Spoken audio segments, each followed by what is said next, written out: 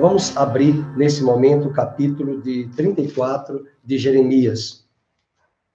Bem, nós saímos daquele tema da restauração da casa de Judá, trazendo profecias milenares até para o século 20 e 21, e chegamos agora àquela mesma narrativa do profeta em relação às admoestações aos reis, aos príncipes e aos governantes. No capítulo 34, percebam que ele traz uma profecia sobre Zedequias. Quem é Zedequias? É o último rei de Judá, o último governo antes do cativeiro babilônico, e esse rei vai ser admoestado pelo profeta, ele terá uma oportunidade ímpar de ouvir a palavra do Senhor, e ele vai endurecer o seu coração, infelizmente. Portanto, vamos considerar aqui, no título da pregação de hoje, quando a palavra de Deus é desonrada.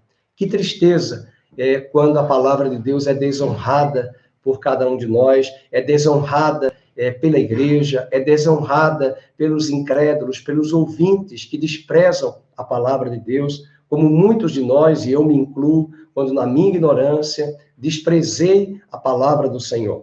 Esse é um capítulo mostrando também o desprezo e o repúdio do próprio profeta Jeremias para com a palavra de Deus. E no versículo número 1, vamos fazer a leitura. Palavra que do Senhor veio a Jeremias, quando Nabucodonosor, rei da Babilônia, e todo o seu exército, e todos os reinos da terra, que estavam debaixo do seu poder, e todos os povos pelejavam contra Jerusalém e contra todas as suas cidades, dizendo: assim diz o Senhor Deus de Israel, vai, fala a Zedequias, rei de Judá, e diz-lhe: assim diz o Senhor, eis que eu entrego esta cidade nas mãos do rei da Babilônia, o qual o queimará.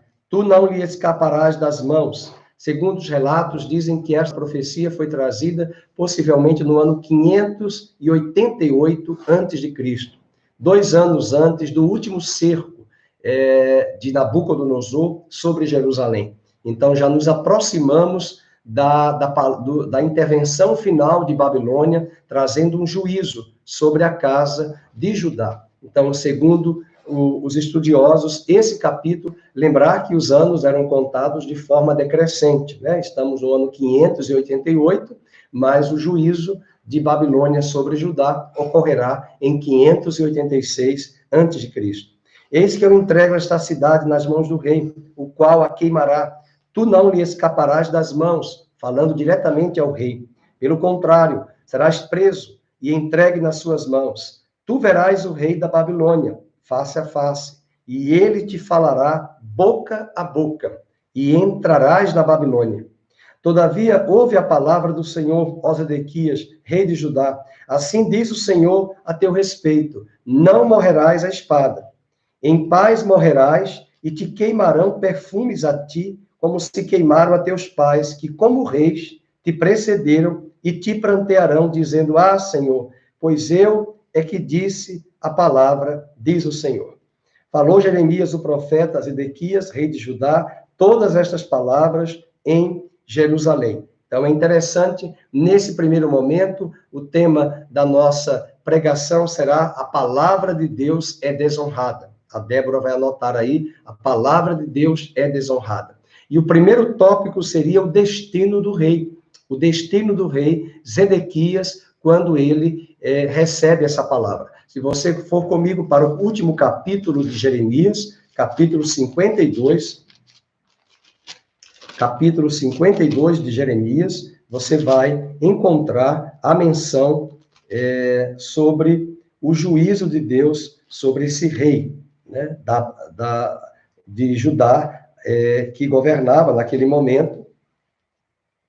Deus disse que ele sobreviveria, mas os seus filhos morreriam. A partir do verso 9, né, que é um dia bastante conhecido, o 9 do mês Ave, que é o mês que os judeus choram e lamentam nesse dia a destruição de Jerusalém. É um dia muito sagrado para os judeus, um feriado que eles chamam Sábado dos Homens, um feriado religioso para com os judeus, em função da destruição da cidade de Jerusalém. E no verso 5 diz: a cidade ficou sitiada até o 10º ano do rei Zedequias. E aos 9 dias do 4º mês, quando a cidade se via apertada da fome, e não havia pão para o povo da terra. Veja a crise, veja o caos, né? Quando não havia pão. E a gente tem enfrentado isso, uma situação caótica na nação, muitas pessoas padecendo situações de desemprego, muitos passando privações, esperando essa ajuda emergencial. É um estado que, lógico, que nas devidas proporções não se iguala a esse estado aqui de guerra, de sítio, de cerco, mas no sentido espiritual, e até mesmo alguns elementos no plano físico, de privação de recursos, de privação de alimentos, até mesmo de direitos humanos, né, de a liberdade de ir e vir. Nós temos perdido isso em função de toda uma circunstância, e apesar de ser atribuído aí ao Covid-19, é mistério reconhecer que isso também está debaixo da soberania de Deus, que se utiliza dessas situações para corrigir a nação e corrigir e chamar o nosso coração ao arrependimento, à mudança, bem como também a nação e a igreja. Veja o versículo de número 7. Então a cidade foi arrombada e todos os homens de guerra fugiram e saíram de noite pelo caminho da porta que está entre os 2 muros, perto do jardim do rei, a despeito de os caldeus se acharem contra a cidade em redor, e se foram pelo caminho da campina. Porém, o exército dos caldeus seguiu o rei Zedequias e o alcançou nas campinas de Jericó. Numa outra profecia que nós estudaremos posteriormente, nós vamos ver que Jeremias pediu ao rei Zedequias que ele não fugisse para o Egito, que ele não fugisse para fazer aliança com outras nações. Ele foge, mas o exército de Nabucodonosor consegue capturá-lo, capturar os seus filhos, e ele também receberá essa mesma palavra profética de que os seus filhos morreriam, e que ele, em um momento, veria a morte dos seus filhos, veria Nabucodonosor, mas depois ele teria os seus olhos vazados. E diz o versículo de número 8, porém, o exército dos caldeus perseguiu o rei Zedequias e o alcançou nas campinas de Jericó. E todo o exército deste se dispersou e o abandonou.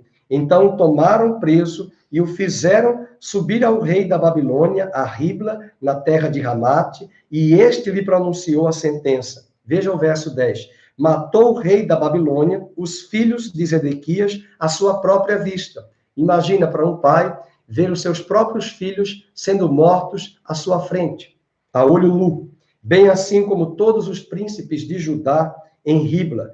E o pior, verso 11 também, vazou os olhos de Zedequias e atou com 2 cadeias de bronze e levou a Babilônia e o conservou no cárcere até ao dia da sua morte.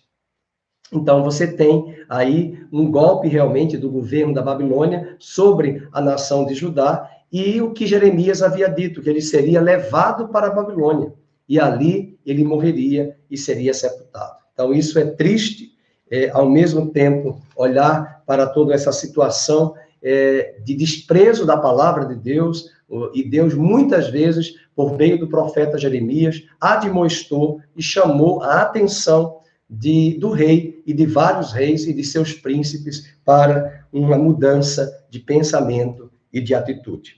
Ok? Esse é o primeiro momento que nós aprendemos. E agora nós vamos para o versículo 8. O versículo 8 do capítulo 34. E agora nós vamos ver um elemento de traição, né? A traição. É uma aliança que eles vão fazer, e eu vou explicar isso melhor. Vamos fazer a leitura.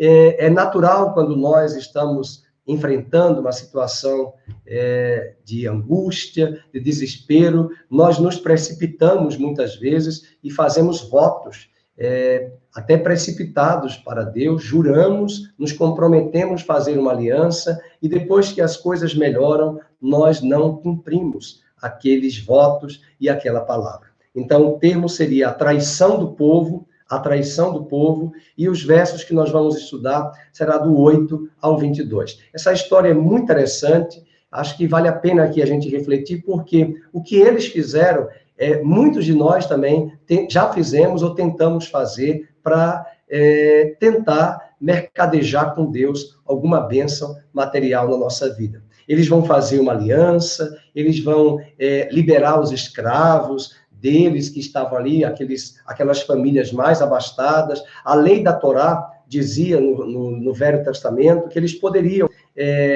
ter ali os escravos, mas eles, a cada 7 anos, deveriam liberar esses escravos. E fazia muitos anos, muitas décadas, que eles não cumpriam esses mandamentos. Eles eram omissos em relação a essa ordenança de Deus na Torá, lá no livro de Levítico, no livro de Êxodo e Deuteronômio. Você vai encontrar tanto em Êxodo 21, do 1 ao 11, como Deuteronômio 15, do 12 ao 18, que são os textos que mostram sobre a libertação desses escravos a cada 7 anos, ok? No ano do jubileu, a cada 7 anos, e também no ano do jubileu. Vamos fazer a leitura e nós vamos entender ao longo da própria narrativa. A palavra que do Senhor veio a Jeremias, depois que o rei Zedequias fez aliança com todo o povo de Jerusalém para lhes apregoar a liberdade. Olha que interessante, né? Essa é a tradição do povo, que o próprio rei com o povo vai fazer um ritual de aliança, né? Algo assim muito comum na sociedade de hoje, quando as pessoas estão em desespero. Vou fazer uma aliança com Deus, eu vou para a igreja, eu vou me comprometer a isso. Só que muitas vezes pautado isso mais pela emoção, e não por uma convicção, e não um comprometimento, se voltar para ele e deixar realmente o pecado e buscá-lo com desejo do seu coração de conhecê-lo.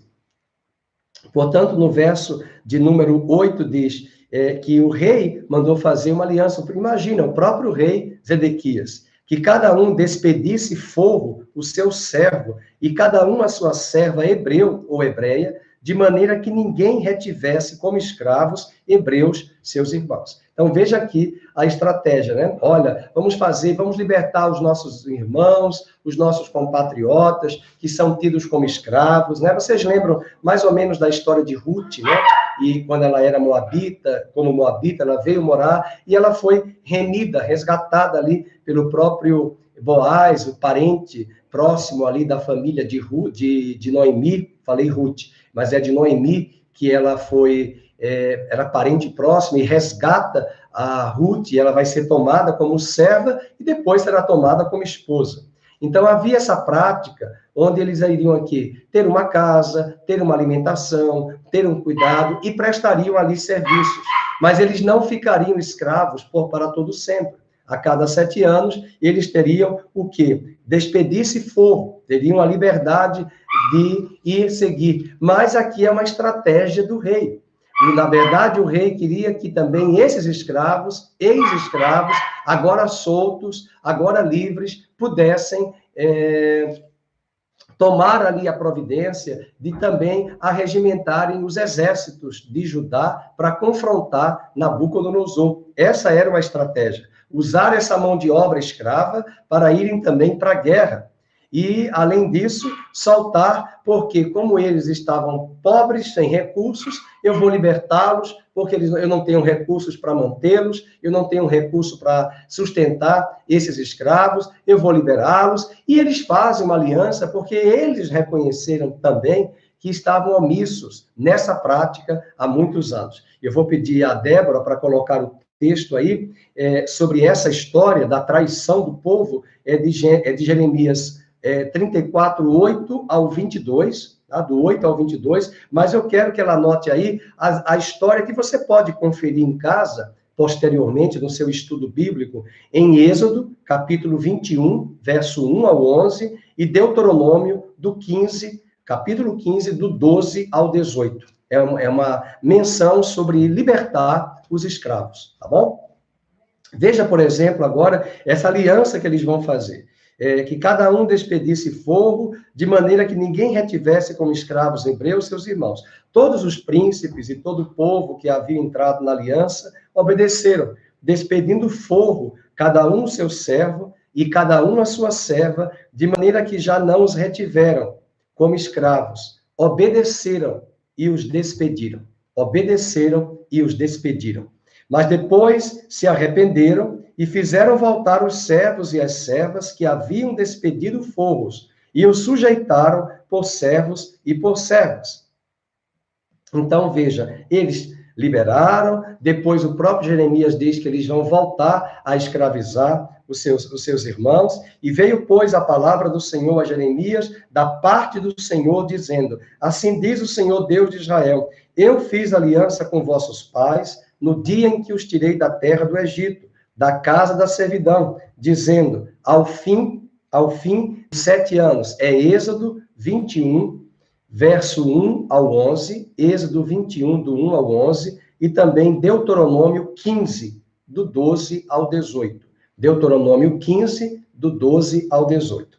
Voltando para o verso 13, verso 14. Ao fim de 7 anos, libertareis cada um a seu irmão hebreu, que te for vendido, a ti, e te houver servido 6 anos, e despedi-lo-ás forro.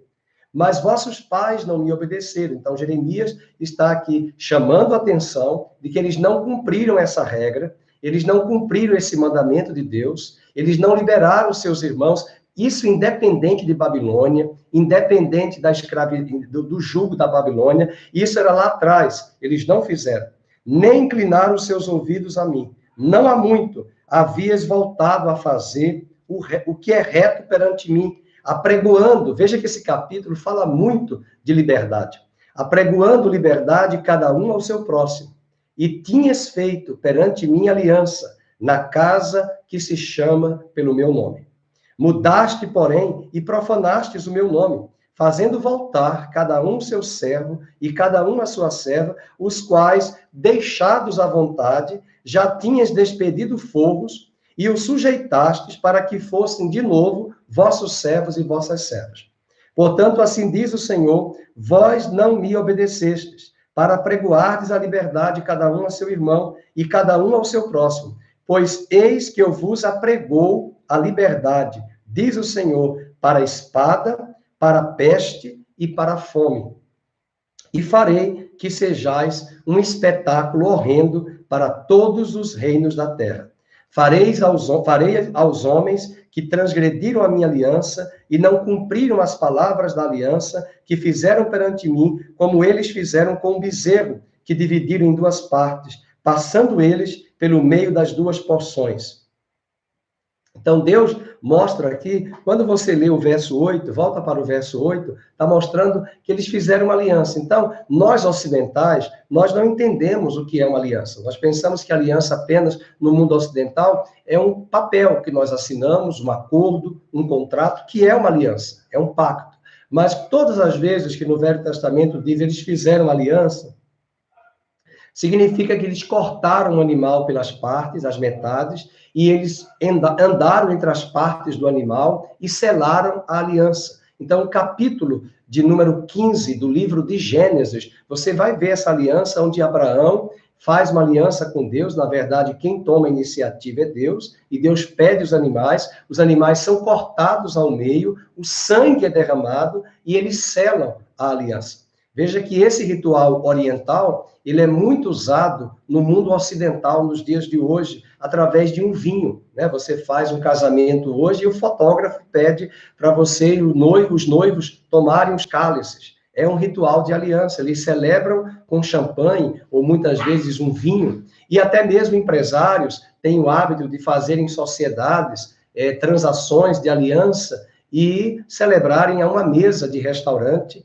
com um bom vinho, para ratificar e selar uma aliança que é um ritual de uma linguagem de aliança do mundo bíblico e do mundo oriental. Então, fica aqui esse comentário que é muito importante, porque muitas vezes nós não sabemos o que é essa aliança. E nós já estudamos aqui, na nossa quarentena, nesse período, o capítulo de número 15 de Gênesis, que é muito importante sobre a aliança de Deus com Abraão. Inclusive, Abraão cochila, e quando ele acorda, ele vê 2 pessoas andando por entre as partes, Deus Pai e Jesus. E Jesus simboliza, representa Abraão, porque Deus sabia que se Abraão fizesse aliança com Deus sem o representante, a aliança seria quebrada, porque Abraão é falho, Abraão era pecador, como eu e você também somos. E lá em Gênesis 15, naquela aliança, Deus faz questão de colocar Cristo.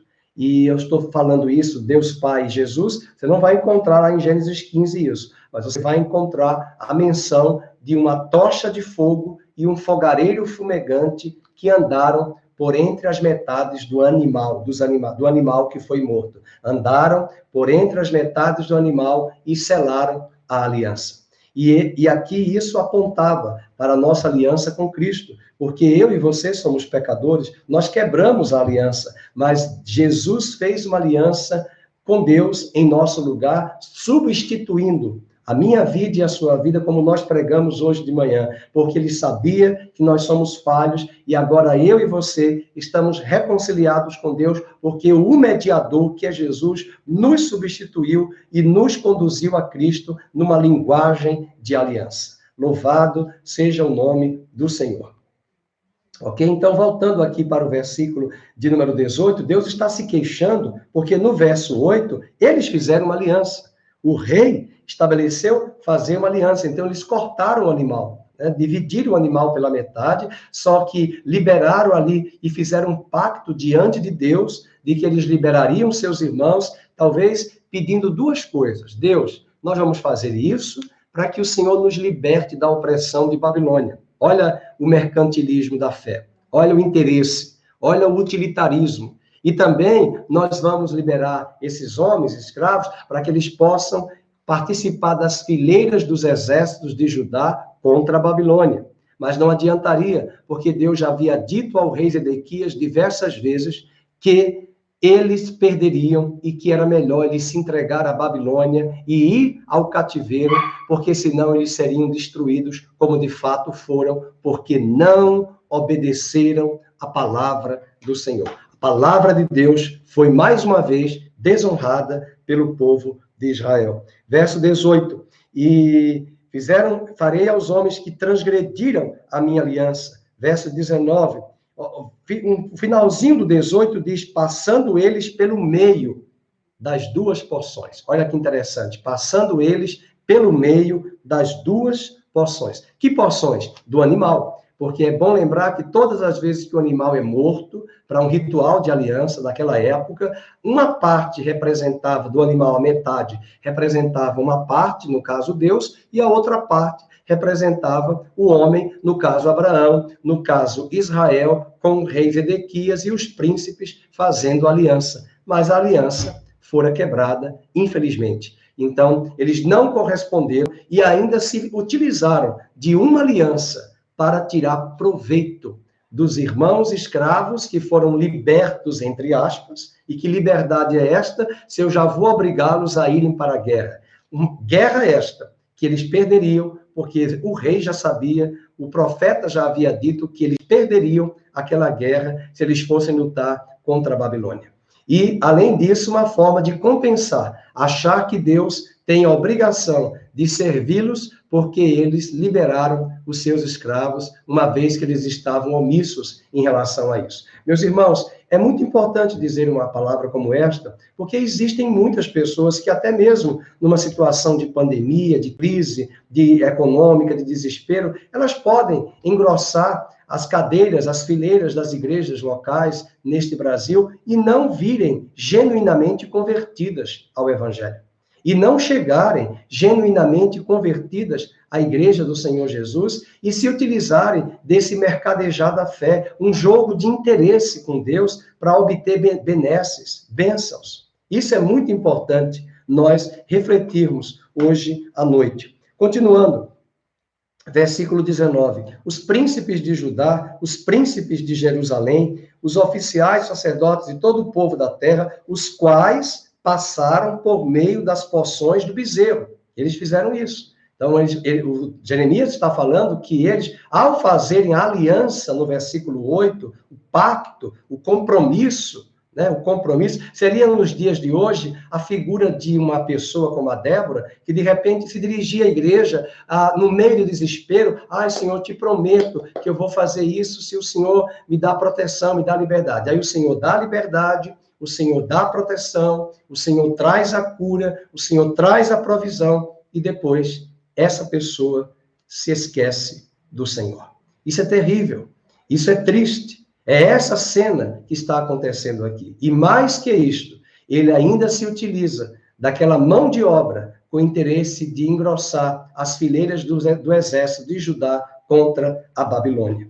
No versículo de número 20, agora, entregá-los-ei nas mãos de seus inimigos. Deus falando que está irado, né? E nas mãos dos que procuram a sua morte. E os cadáveres deles servirão de pasto às aves dos céus e aos animais da terra. A Zedequias, rei de Judá, e a seus príncipes, entregá-los-ei nas mãos de seus inimigos e nas mãos dos que procuram a sua morte, e nas mãos do exército do rei da Babilônia, que já se retiraram de vós, e eis que eu darei ordem, diz o Senhor, e os farei tornar a esta cidade, e pelejarão contra ela, tomá-la-ão e a queimarão, e as cidades de Judá, porém em assolação, de sorte que ninguém habite nelas. Era o que Deus faria com esta cidade de Jerusalém, e mesmo aquele rei, se utilizando de uma aliança, se utilizando de uma liturgia religiosa para tentar impressionar Deus. Deus não ficou impressionado, porque Deus ele observa e avalia o coração do homem, mostrando que o homem pode fazer tais práticas e não assumir, de fato, o comprometimento, a direção de estar ligado ao coração de Deus, em parceria, em comunhão com Deus. É o que Deus deseja. E aí chegamos ao capítulo 35, que eu quero já trazer essa conexão, porque tem tudo a ver com o capítulo anterior. Porque, veja o título do capítulo 35, é a fidelidade dos recabitas. E esses recabitas eram um clã nômade, que surgiu ali desde a época de um rei chamado, de uma personagem bíblica chamado Jonadab, que nós vamos depois abrir em 2 Reis, capítulo 10, verso 15 ao 23. E quando olhamos para essa fidelidade dos recabitas, esse incidente aqui, ele acontece 18 anos antes da destruição de Jerusalém. Então, ele é bem anterior ao capítulo 34. E a grande pergunta é, por que Jeremias quis trazer esse capítulo e narrar esta história aqui, logo após este momento da liturgia da aliança? É que ele vai mostrar, a partir dessa narrativa, que os recabitas foram mais fiéis e leais a Deus do que eles, que no meio do aperto, da angústia, eles estavam omissos aos mandamentos de Deus, negligentes à casa de Deus, negligentes à Torá, aos mandamentos do Senhor, e na hora do aperto fizeram impulsivamente votos insensatos, com medo de alguma destruição, mas na verdade Deus, que não se deixa impressionar, já tinha percebido, porque o salmista diz que Deus conhece a intenção do nosso coração. Portanto, para entender essa história, todo o capítulo 35, vale a pena entender primeiro quem são esses recabitas. Então, vamos fazer a leitura do capítulo 35. Palavra que do Senhor veio a Jeremias nos dias de Joaquim, filho de Josias, rei de Judá, dizendo: vai à casa dos recabitas. Veja que nessa época, quem governava não era Zedequias, era Joaquim. Não era Zedequias. Então, o incidente é bem anterior o que aconteceu no capítulo 34. Mas, propositalmente, Deus pede a Jeremias para colocar nessa ordem, para trazer, e Jeremias quis mostrar uma lição muito preciosa, que só lendo o capítulo vamos entender. Vai à casa dos recabitas, fala com eles, leva-os à casa do Senhor, a uma das câmaras, e dá-lhes vinho a beber. E eu quero que você marque na sua Bíblia, dê a eles vinho. Mas os recabitas não podiam beber vinho. Eles não podiam beber vinho, né? Porque era um voto, um pacto. Eles eram um clã muito reservado, muito zeloso da prática da liturgia judaica. Então, eles vão ter uma prática assim bem austera, bem severa, mas, ao mesmo tempo, Deus vai trazer aqui essa menção para mostrar essa fidelidade que eles têm.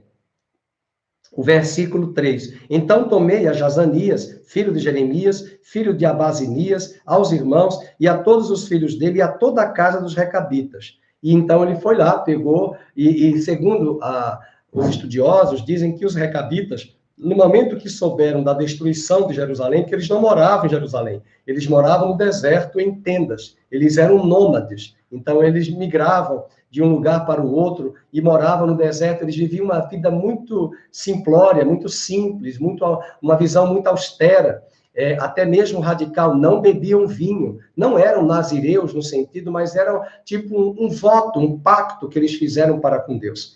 E Deus, propositalmente, traz essa narrativa a Jeremias para levar os recabitas à casa do Senhor, para dar um puxão de orelha, porque mesmo dizendo aos recabitas, bebam vinho, eles não beberão. Veja o versículo 4, e os levei à casa do Senhor. Versículo 5, pus diante dos filhos da casa do Senhor taças cheias de vinho e copos, e lhes disse, bebei vinho. Quer dizer, propositalmente, imagina a cena, eles vieram lá das tendas, segundo os estudiosos, eles já estavam em Jerusalém, porque a cidade estava destruída, e eles disseram assim, ele diz, agora bebam vinho, está aqui, taças cheias de vinho. E eles disseram, não beberemos. Isso mostra o zelo que eles tinham pelo voto, pelas palavras, pela aliança que eles fizeram seus antepassados. E, meus queridos, sabe quantos anos fazia desse incidente, desse pacto, desse zelo que eles fizeram, os recabitas? 250 anos atrás. Passaram-se 250 anos e eles se mantiveram ali zelosos, fiéis à aliança. E o que Deus quer dizer é o seguinte, os recabitas, que não estão aqui em Jerusalém, vivem lá nos desertos, são nômades e vivem em tendas, são fiéis, são muito mais zelosos do que vocês. Vocês são omissos. E vocês ainda podem perceber que eu mesmo dizendo bebam vinho, eles negam e não aceitam. Veja o versículo 6. Porque Jonadab, filho de Recabe, nosso pai, nos ordenou, nunca jamais bebereis vinho, nem vós, nem vossos filhos. Então, o texto explica isso que Jonadab fez. Você pode abrir a sua Bíblia em 2 Reis, capítulo 10, verso 15 ao 23. 2 Reis, capítulo 10, verso 15 ao 23. Diz assim, e tendo partido dali, encontrou a Jonadab, filho de Recabe, que lhe vinha ao encontro. E Jeú saudou e lhe perguntou, tens tu, sincero, o coração para comigo, como o meu o é para contigo? Respondeu Jonadab, tenho. Então, se tens, dá-me a mão. Jonadab deu-lhe a mão e Jeú fê-lo subir consigo ao carro. E lhe disse, vem comigo e verás o meu zelo para com o Senhor. E assim Jeú o levou no seu carro, e tendo Jeú chegado a Samaria, feriu todos os que ali ficaram de Acabe, até destruí-los, segundo a palavra que o Senhor dissera a Elias. Então, você tem aqui um pacto, né, do próprio rei em relação, encontrou a Jonadab, filho de Recabe, que vinha ao encontro. Então, eles fazem essa aliança. Eu coloquei aqui a referência 2 Reis. Eu li até o 17, mas é importante ler até o 23. E ajuntou Jeú todo o povo e lhe disse, Acabe serviu pouco a Baal, Jeú, porém, muito servirá. Pelo que chamai-me agora todos os profetas de Baal, todos os seus servidores e todos os seus sacerdotes, não falte nenhum, porque tenho grande sacrifício a oferecer a Baal. Todo aquele que faltar não viverá. Porém, Jeú fazia isto. Estou lendo certo? Está certo, tá? Os servidores de Baal. Disse mais Jeú, verso 20: consagrai uma assembleia solene a Baal e a proclamaram. 21. Também Jeú enviou mensageiros para todo Israel, vieram todos os adoradores de Baal, e nenhum homem deles ficou que não viesse. Entraram na casa de Baal, que se encheu de uma extremidade à outra. Então disse Jeú ao vestiário: tire as vestimentas para todos os adoradores de Baal, e o fez. E entrou Jeú com Jonadab, filho de Recabe, na casa de Baal, e disse aos adoradores de Baal: examinai e vede bem, não esteja aqui entre vós algum dos servos do Senhor, mas somente os servidores de Baal. Amém? Então, veja a sinceridade, a aliança, né? os servidores do Senhor, mas somente que não esteja aqui entre vós algum dos servos do Senhor, mas somente os adoradores de Baal. Então, esses recabitas, a forma como eles vão viver a vida deles, é uma vida, como diz aqui o capítulo 35 de Jeremias. Vamos ver o que foi dado de ordem para eles. Verso 7 em diante.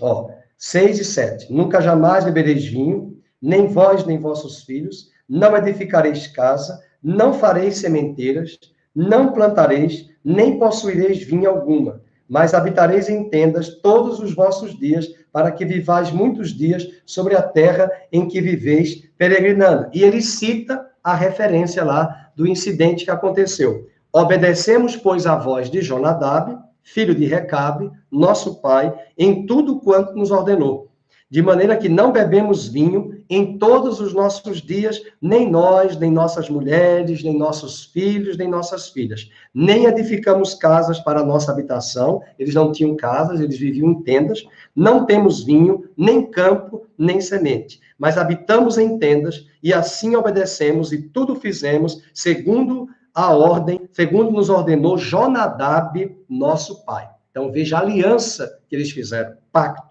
E quando, porém, Nabucodonosor, rei da Babilônia, subia a esta terra, nós dissemos, vinde e refugiemo-nos em Jerusalém. Então, eles vieram para Jerusalém quando Nabucodonosor invadiu, por causa do exército dos caldeus e dos sírios. E assim ficamos em Jerusalém. Então, veio a palavra a Jeremias, dizendo, assim diz o Senhor dos exércitos, Deus de Israel, vai e dize aos homens de Judá e aos moradores de Jerusalém. E aí vem a lição de moral que Jeremias dará ao povo, porque está em conexão com o capítulo 34. No capítulo 34, porque o 34, eles fazem uma aliança, eles agora querem mostrar que eles vão cumprir a lei, mas eles não cumpriram, eles voltaram a escravizar os seus próprios servos, que eram servos que eles tinham dado liberdade, havia um jogo de interesse, mas em nome disso eles fizeram uma aliança. E aqui a pergunta que eu faço, quantos na Igreja de Cristo são capazes de fazer esse tipo de pacto, né, com Deus, de se comprometer e não cumprir? E uma coisa que nos chama a atenção, os recabitas eram bem distantes do povo de Jerusalém, do povo de Judá. Mas isso mostra algo muito claro, que às vezes pessoas que não são cristãs, pessoas que são incrédulas, pessoas que até praticam outra religião, elas têm muito mais um espírito de fidelidade, de aliança, de comprometimento, de vínculo, né? Vínculo à família, vínculo aos compromissos, às palavras, aos pactos que ela faz com a sociedade, os acertos financeiros, os acertos pessoais na sua vida profissional, pessoal, material. Isso mostra que essas pessoas, mesmo não sendo pessoas que conhecem o Evangelho, elas são capazes de responder ao outro em fidelidade.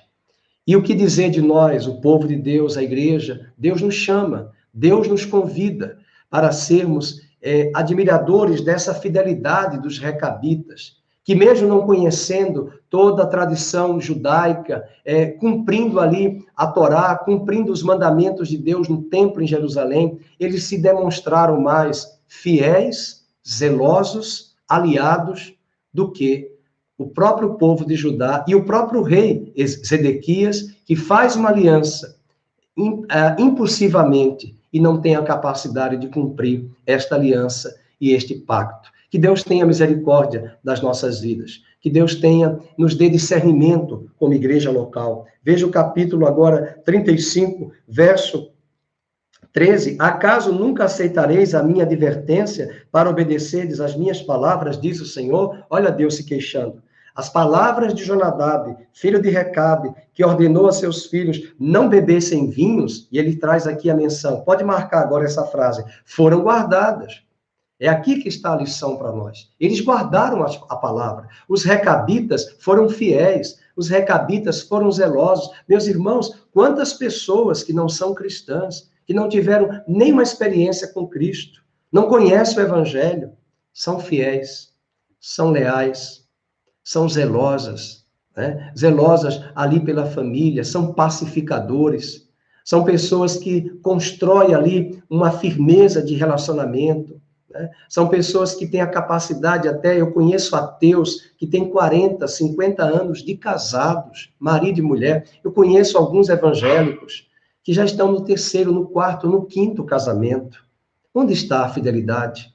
Onde está o pacto? Onde está a aliança? Onde está o compromisso? Nós não podemos ser levianos, achando que indo à igreja, fazendo promessas a Deus, fazendo pactos com Deus, levianos, no meio da crise, no meio da dificuldade, para virmos a obedecer após o livramento de Deus. E após o livramento, nós não obedecemos. Nós não obedecemos. É triste, é triste. Existem pessoas que elas podem nos ensinar através das atitudes delas. Pessoas aí fora. Cuidado para não desprezar as pessoas só porque elas não têm o evangelho, mas muitas vezes elas são na altura dos recabitas, em aliança, em pacto. E diz o texto no verso de número 14, elas foram guardadas, pois até o dia de hoje eles não beberam. Antes, obedecem às ordens de seu pai.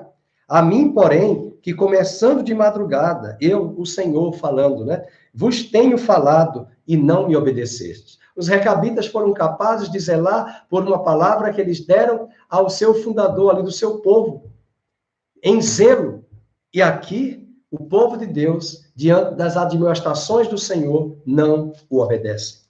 Verso 15, e começando de madrugada, eu vos tenho enviado todos os meus servos, dizendo, convertei-vos agora, cada um do seu mau caminho, fazei boas as vossas ações, não sigais a outros deuses para servi-los, e assim ficareis na terra que vos dei a vós outros, e a vossos pais, mas não me inclinastes os ouvidos, nem me obedecestes a mim. Visto que os filhos de Jonadab, filho de Recabe, olha aí, ele chama a atenção de novo, guardaram o mandamento de seu pai, que ele lhes ordenara, mas este povo não me obedeceu. Por isso, assim diz o Senhor, Deus dos exércitos, o Deus de Israel, eis que trarei sobre Judá e sobre todos os moradores de Jerusalém todo o mal que falei contra eles, pois lhes tenho falado e não me obedeceram. Clamei a eles e não responderam.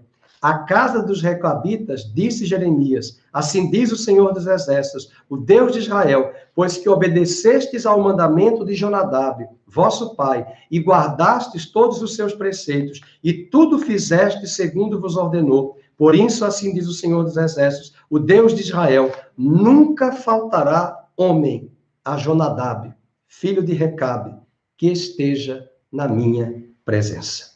É fantástico ver essa palavra, e eu fiz questão de trabalhar o capítulo 35, juntamente com o 34, mostrando a realidade dessa palavra do Senhor, que onde eles fizeram aliança, no capítulo 34, mas uma aliança leviana. Eles fizeram uma aliança, cortaram o animal, passaram entre as partes do animal, o rei, os príncipes, os sacerdotes, mas apenas para impressionar a Deus, e não obedeceram. Em contrapartida, o capítulo 35 diz, os recabitas, mesmo não conhecendo a Deus, mesmo não tendo aquele entendimento, aquele zelo, conforme os princípios da Torá judaica, dos mandamentos do Senhor, eles demonstraram mais zelo, mais obediência, mais prontidão, mais perseverança. Que Deus tenha misericórdia das nossas vidas e que Deus encontre na minha vida, na sua vida, essa disposição. E aqui eu encerro a nossa pregação de hoje, a nossa palavra, a palavra de Deus, não a minha, a palavra do Senhor para a igreja. 2 capítulos importantes de Jeremias. Às vezes muitas vezes, desconsideramos essas histórias, essas narrativas, e eu acredito que você tem sido bastante edificado e edificada com essas reflexões, de forma sequencial dos capítulos, trazendo insights ao nosso homem interior, percepção ao nosso coração.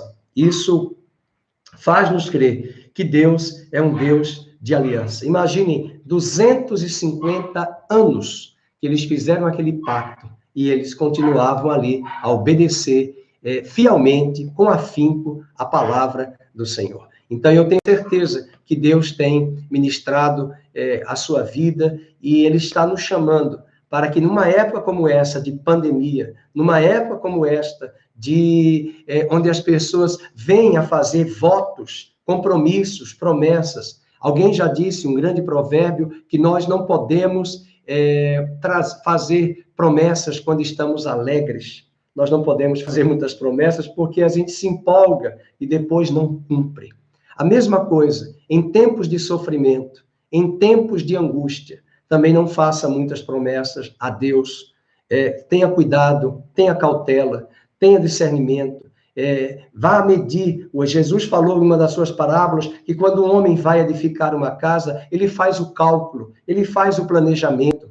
E eu tenho visto até pessoas que eu conheço que, até para chegar a Jesus, elas decidiram, será que eu estou disposto mesmo a deixar o pecado? São pessoas que eu admiro, são pessoas que mostram para mim zelo pelas coisas do Senhor. Elas não querem vir à igreja levianamente, impulsivamente. Elas querem participar da palavra de Deus, da casa do Senhor, e às vezes elas vêm na velocidade delas, muitas vezes devagar, muitas vezes lenta, mas elas vão zelosas. Então, eu agradeço a Deus por esta oportunidade, até eu mesmo sou bastante edificado, trazendo essas reflexões, e muitas vezes, na minha vida pastoral, eu tenho visto que até ateus vivem um casamento mais fidedigno do que muitos cristãos. Até pessoas que não conhecem a palavra, pessoas que estão no ocultismo, são mais zelosas pela aliança que elas fazem com os homens entre si. E o que Deus quer dizer? E agora? E vocês, o meu povo? Vocês não terão esse mesmo espírito de aliança? Vocês vão se utilizar do utilitarismo? Vocês vão se utilizar desse mercantilismo para me impressionar, dizendo que vão fazer uma aliança e depois não vão cumprir? E realmente Deus não deu crédito. E Deus, logo 2 anos depois, trouxe uma palavra de juízo a Zedequias no capítulo 34, e mesmo a história do capítulo 35 ser uma história anterior, nos dias de Jeoaquim, Jeremias coloca nessa devida ordem, propositalmente, para mostrar, nesse texto, o quanto nós precisamos assumir esse espírito de aliança e de fidelidade. Pai querido, nós queremos te agradecer por esta noite, por este tempo tão especial, por esta palavra, e eu quero orar, pedindo perdão ao Senhor, nós e a nossa igreja local, cada família, cada irmão, olhando para essa família dos recabitas, a disposição de como eles foram obedientes, foram zelosos, não beberam vinho, em detrimento de que há 250 anos atrás, eles fizeram um pacto, eles fizeram uma aliança, e demonstraram que eram mais zelosos do que a nação de Judá. Muitas vezes, Senhor, nós temos se esquivado desse espírito da verdadeira aliança, de assumir em fidelidade, em comprometimento, em engajamento, em parceria, em comunhão com o Senhor e também com os homens. Por isso, nós te pedimos perdão pelas alianças que muitas vezes fizemos e quebramos com o Senhor. Te pedimos perdão pelas alianças, pelas palavras, pelos votos que fizemos com pessoas da sociedade aí fora, da igreja, e não cumprimos. Nós te pedimos perdão. E oramos para que o Senhor traga esse espírito de aliança, de fidelidade, que estava na família dos recabitas, a cada um de nós que nos assiste e nos acompanha, e ao nosso coração, para que não sejamos meninos levianos, arrastados por todo o vento de doutrina, mas sejamos autenticamente aliados do Senhor e também parceiros de aliança com aqueles que fizermos aliança. No nome de Jesus, que o Senhor te abençoe e te guarde, que o Senhor faça resplandecer o seu rosto sobre ti, que o Senhor tenha misericórdia de ti e que o Senhor sobre ti levante a luz do seu rosto e te dê a paz no nome de Jesus. Amém?